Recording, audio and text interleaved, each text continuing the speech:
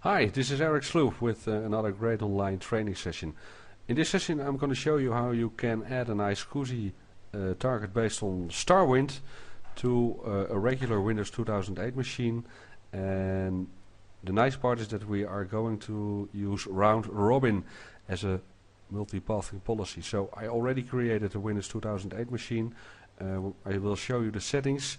The machine has two hard disks. The C drive is 40 gigabytes. It holds the Windows installation and the StarWind software. The D drive is 20 gigabytes. This will be used as the iSCSI storage.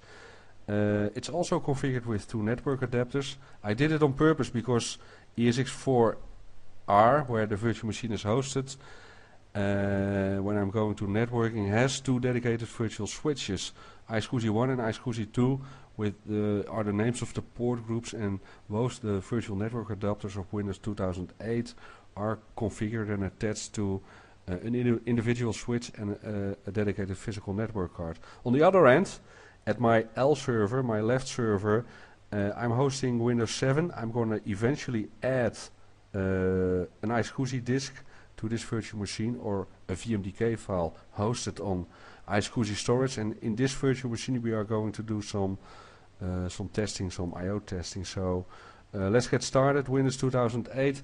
I'm running a nice utility called the VM client. I already fired up the StarWind software. It's really easy to install. Just double click the setup .exe and you will within a few minutes you are running your iSCSI target. But before you can actually use it, you have to add a target. I'm going to call this target test. I'm going to use an IQN name to present the target. Actually, I'm using a hard disk because the VMDK file of 20 gigabytes at the Windows 2008 machine is a hard disk. It's a physical disk, and it's this drive. Okay, I'm going to use it for multiple iSCSI connections. It's going to be clustered. And I'm going to do write-through caching, so that looks fine. Next, finish. So the iSCSI target is created, so the Windows 2008 machine is presenting this iSCSI target to the outside world. You can put in access rights, you can put in chat permissions, but we're not going to do this right now. So next thing I have to do is configure my ESX4L server. I have to go to the storage adapters, and at VMHBA34 you will see that I can adjust properties, and I have to enable the iSCSI software iSCSI initiator. Once I have enabled the software iSCSI initiator, I have to add the two IP addresses for my Windows 2008 server. So that's 192.168.178.25, and it's the second address is 55, but I have to check on that. 192.168.178.55. Okay, so when you are adding an IP address to dynamic discovery, it will show up in static discovery automatically with an IQN name. We're not going to do a rescan right now. Let's check on those IP addresses, 55 and 25. So those addresses are correct. What I did on my ESX4L server when I'm going to networking is that I've added two kernel port groups to this host, and both kernel port groups are connected to the same virtual switch, and the switch is configured with two physical network cards. When you are going to use multiple kernel port groups within an iSCSI environment, you have to bind those kernel port groups through to a network card and to the software iSCSI initiator. So I am logged on to my L server with PuTTY, and I have to bind the software iSCSI initiator to the VM kernel port group. So I already prepared this line. What it actually does is that you are using esxcli, software iSCSI, nick add, and you're adding the VM kernel port group 0 to VMHBA34. We also are going to do this with VMK1. So I'm copying this code. pasting it into PuTTY. So both kernel port groups have a binding relation with the software iSCSI initiator. Let's check it. And you can do a list on VMK1 and VMK0. It looks okay.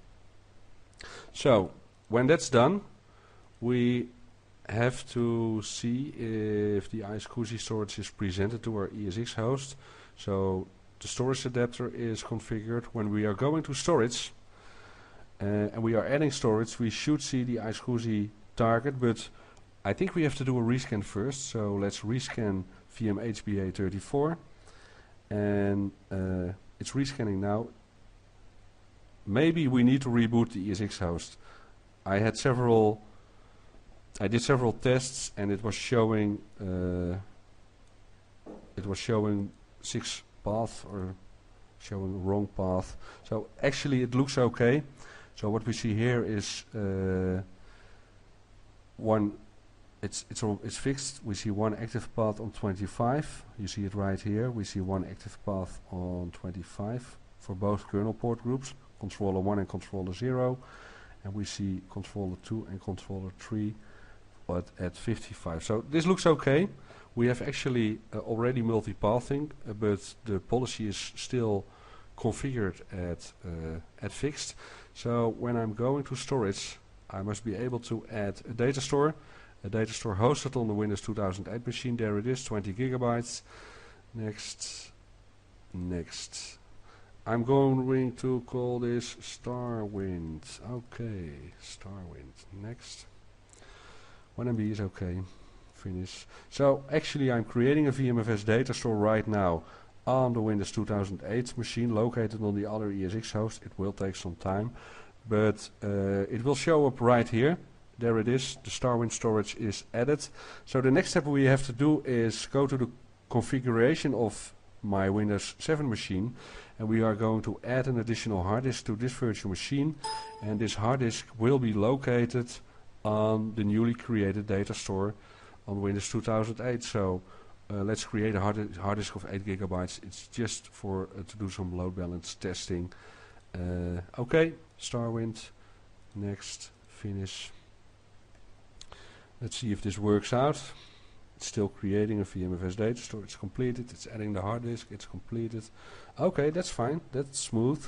So there is a hard disk created on the data store. Let's check if the hard disk is actually there. Yeah, there it is. So there's my 8 gigabyte on the iSCSI storage. I have to do some additional configuring because we are going to put in round robin as our load balancing method. But I'm not going to do that before I can show you that we are actually using one path. So I'm returning to my VM client. I'm going to Windows 7. And within Windows 7 I already installed HD Tune Pro, yes, and this virtual machine will now detect that there is an additional hard disk added. It's 8 gigabytes, and before you can use an extra hard disk for I/O measurements, you always have to zero it out. So what I'm going to do is do an error scan. No, I'm not going to do an error scan. I'm going to erase this disk and do a zero fill, and I will run a write test. So all the bits are written to 0 right now. You already can get a good indication of the speed in which this disk is writable. So it's around 20 MBs per second. It's writing all zeros, so you can get a little bit of an estimate of how fast the disk will be. So I'm going to pause the recording for a moment until the disk is finished with writing to 0. So we are resuming the recording. The hard disk is eventually completely erased, and we can do some benchmarking. So when I'm hitting the benchmark tab and I'm going to generate some I/O on the disk, we are going to peek what's happening on the background. So my ESX4 host is equipped with 2 physical network adapters right here. Networking, VMNIC 2 and VMNIC 4. So let's take a look at the performance tab and see which network card is used for all the traffic. So I'm going to the advanced performance tab. We are going to look at network, and VMNIC 2 and 4 are the network cards I'm really interested in. So VMNIC 2 is showing up. We already see some traffic on VMNIC 2. Let's take a close look at VMNIC 4. Where is it? VMNIC 4. VMNIC 4 is right here, and we have to look at the transmit rate. VMNIC 4 is also already... VMNIC 4 is flat, so only VMNIC 2 is used right now. That is caused by the policy we have configured for multipathing on iSCSI.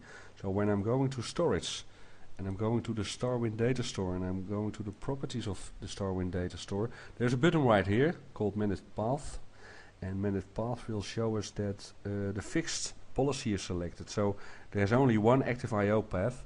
What I want to do is round robin, so I'm going to put it on round robin. And when you have configured round robin, you will see that all the 4 paths are active. So that's cool. Let's look if the paths are actually all active.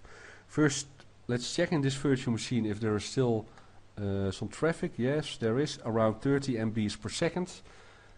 So when I'm going to ESX4 and I'm going to my performance tab again, we're going to check out VMNIC 4, and VMNIC 4 is still doing nothing. VMNIC 2 is doing... Sorry, I selected the wrong one. VMNIC 2 is going crazy. VMNIC 4 is still doing nothing, so okay. I think I have to reboot the ESX host, so let's reboot this host, and when it's rebooted I will resume the recording. So we're gonna resume recording. I just rebooted ESX4-L, and I found a problem when I'm looking at the network adapters for this host. Only one network adapter is used, even though when we are going to the configuration of ESX4-L and we are looking at the way how the StarWind data store is configured, we're going to the properties, manage path. We see that it's configured with round robin and all paths are active, but you have to put in an additional setting, and it has to do with the point where the adapter is changed from one to another. You can pitch a switch over point. So actually, when you are going to the properties of your data store and you are going to the path management, you can select one of your paths and you can copy the path to your clipboard. When you are going to copy it to your clipboard, you will notice that there is an EUI number in it, and you need this EUI number to configure the way round robin will do the switch over to the other network card. So what I did here is esxcli, native multipathing round robin set config. The device is EUI. It's the same device that I extracted from the line. The type is bytes, and I'm going to switch over every 1 MB. So when I'm copying this line to my PuTTY session and I paste it in, it's accepted. So I'm going back to my Windows machine, Windows 7 machine. We're gonna do some additional load testing from this virtual machine. So I'm gonna start 100% read again, and let's see what the network adapters on the Windows 2008 machine are doing. So they should be loaded equally now, because every 1 MB there's a switch over to the other network card, and what you actually see is that both cards are used equally. So when we are going to look at the kernel port groups on this ESX host, when we are going to networking, both VMK1 and VMK0 should be fully, VMNIC4 and VMNIC2 should be fully loaded, or loaded with the same amount of data. So let's go to performance, let's check out the advanced button, let's go to networking, networking. Yes, here it is right here. So we were actually using VMNIC4 and VMNIC2. So VMNIC2 is right here, and we see that there is some load on VMNIC2. We are also going to check out VMNIC4 if it's available yet. Where is it? VMNIC4 is right here. So VMNIC4 is also showing a bit of equal load. So what you see is that you can actually put in a round robin config value, and you can do a switch on the number of bytes or on the number of IOPS. And you can play with those settings.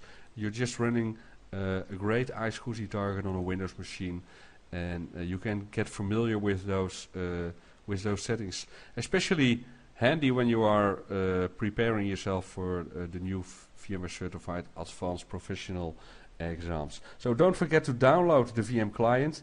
It's available at vmclient.nl, and it's great to give access to your virtual machines. So good luck with it. Eric Sloeve signing off, and I hope you have enjoyed the show. See you next time.